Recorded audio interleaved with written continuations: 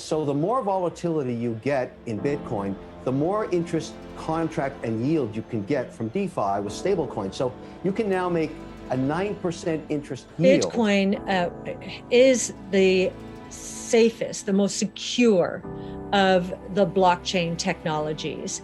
And I think that is a huge consideration for institutions: security, safety.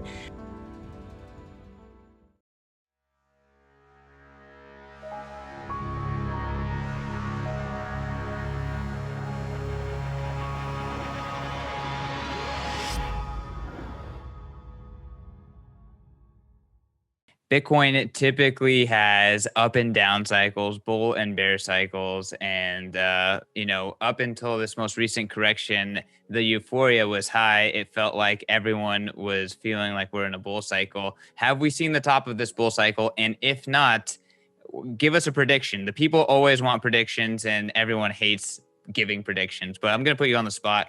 I'm in print. And we are in print, ARK Invest, based on the research that Yassin El-Mandra has done, that institutions will become a very important part of this ecosystem. And if we use those two numbers, that range 2.5% to 6.5%, you go towards the upper end of that, say 5%, that alone would add $500,000 to Bitcoin's price, just as institutions try to get a foothold in. So we're extremely optimistic about Bitcoin, and I'm more optimistic now after this correction. In the equity market, you call 20% a bear market. I don't know what they call a bear market in crypto. So I feel, though, that as Anthony said, that we haven't even begun the institutional movement into the space. And so just that one use case gets us to that kind of price. Of course, the volatility will be with us. My compliance department would be very upset if I did not add that. It's not going to be straight up. It's not a super cycle without 50% corrections. And beware, from a leverage point of view, you can lose everything out there in crypto if you're a leveraged player. So buyer beware, be careful, but hang on for a beautiful ride. I think this volatility is almost good news because it is a lesson. Hey, this is a volatile asset. As long as investors describe it accurately, or asset managers describe it accurately as very volatile, although the volatility, if you look long-term, is coming down. It's still very volatile. I do believe this notion of a super cycle would never have another 50% correction.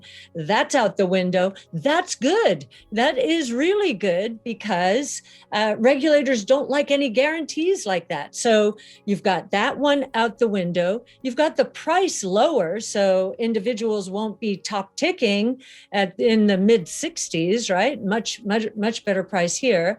And you've got two people, well, many people at the SEC, but two in particular, Gary Now, who is an advocate of its place in the financial world, as well as the director of research at the SEC, who was promoted and now reports directly to the SEC chairman, in this case, Gary Gensler.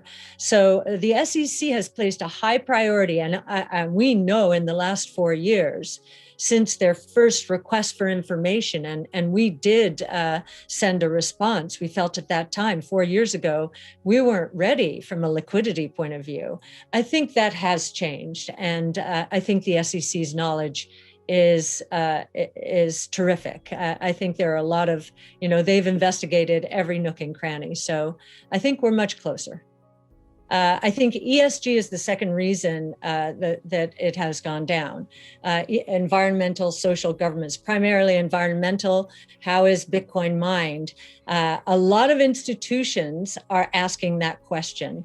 And ESG has become a very important strategy, especially in Europe, increasingly in the United States. And this was one more risk that it was going to keep institutions from migrating into this new asset class. This is a new asset class. And from 10, 11 years worth of data, we can see the low correlation of returns compared to other assets. Institutional investors have to consider this. Because certainly their competitors are, as another form of diversification and opportunity. And I think this put that off for a moment, but I think that the spotlight on the environment is going to cause something really interesting to happen here. We just wrote a paper with Square about the ramifications of putting Bitcoin mining into a solar power wall merchant power ecosystem so that it could absorb all the extra energy coming from the sun after the battery, the power pack is filled up. That would add a new dimension of economics to this ecosystem and would encourage homeowners and utilities to add more solar to their own ecosystems than otherwise would be the case. So it's actually going to accelerate the movement into renewables. I think that's what's going to bring institutions back. And I think Elon Musk highlighting, is this a risk that I have considered adequately as I put Bitcoin on my balance sheet, my firm's balance sheet? I think he's going to be a part of the solution. So we think what has happened here is actually going to turn into good news. I think a bigger point that needs to be made is that progress takes energy.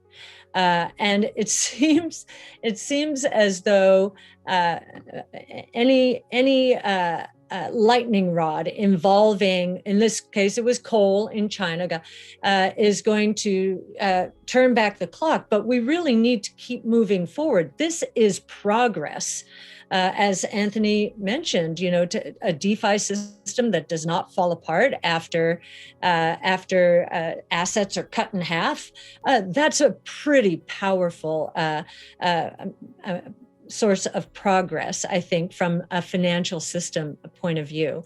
And I think just, again, the notion that Bitcoin mining could actually help renewables proliferate faster than otherwise would be the case, I think is going to win the day here, and that ESG will not be as much an issue as people think going forward.